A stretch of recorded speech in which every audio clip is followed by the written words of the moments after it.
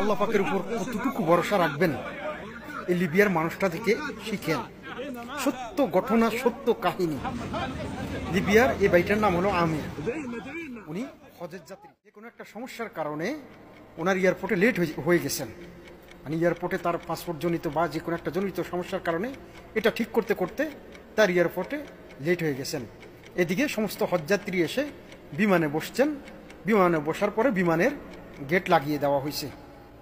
যখন আমিরের সব কিছু শেষ হয়েছে তখন বিমানের পাইলট বলল দরজা আর খোলা হবে না। আমিরকে রেখে ওরা সৌদি আরবে রওনা দিছে। আমিরকে ওখানকার মানুষ বলতে আছে, আমির তোমার হয়তো ভাগ্যে নাই, তুমি ঘরে ফিরে যাও। আমির একটা কথাই বলছে যে আমি হজে যাব, আমি হজে যাওয়ার নিয়ত করছি, আমার আল্লাহ আমাকে হজে নিবেন। মধ্যখানে শোনা যায় যে বিমানের পাইলট কল করে বলতেছে বিমানে একটা সমস্যা দেখা দিছে, এই জন্য বিমান রিটার্ন আসতেছে। বিমান রিটার্ন আসছে, ওই সমস্যার সমাধান হয়েছে, কিন্তু এবারও ওই বিমানের পাইলট দরজা খুলতে নারাজ, আমিরকে না নেওয়ার জন্য নারাজ।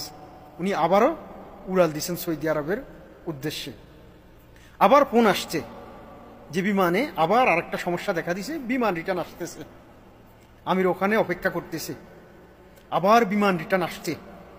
আসার পরে যে সমস্যার সমাধান হয়েছে, এবারও কিন্তু বিমানের পাইলট বলতে আছে বিমানের দরজা খোলা হবে না, আমিরকে নেওয়া হবে না।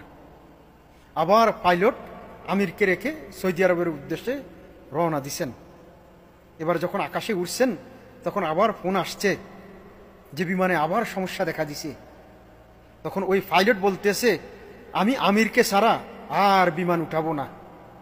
যখন আমিরকে বিমানে উঠাইছে তখন সুন্দর মতো সৌদি আরবে আসছে। সৌদি আরবে আসার পরে উনি যখন সৌদি আরব এয়ারপোর্টে নামছে তখন পাইলট নিজে আমিরের এই হাসি মাখা ছবি উঠাইছে।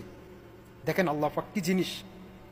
ভরসা রাখেন আল্লাহ পাকের উপর, নিয়ত রাখেন, কঠিন নিয়ত রাখেন যে আমার আল্লাহ আছেন, আমাকে হেল্প করবেন, আমার আল্লাহ আছেন, আমাকে সাহায্য করবেন, আমার আল্লাহ আছেন, আমার আল্লাহ এক এবং অদ্বিতীয়, আমার আল্লাহ আমার কথা শুনতেছেন, আমার আল্লাহ আছেন, আমার আল্লাহ আমাকে দেখতেছেন, আমার আল্লাহ আছেন, আমার আল্লাহ আমার দোয়াগুলো কবুল করতেছেন, আমার আল্লাহ আছেন, আমার আল্লাহ প্রতিনিয়ত আমাকে ভালো কাজের উদ্দেশ্যে ডাকতেছেন।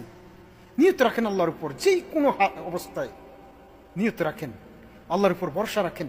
বিশ্বাস করেন যদি আপনি ভরসার মতো ভরসা আল্লাহর উপর করতে পারেন, কোনো বিপদ কোনো কিছু আপনাকে আটকাতে পারবে না।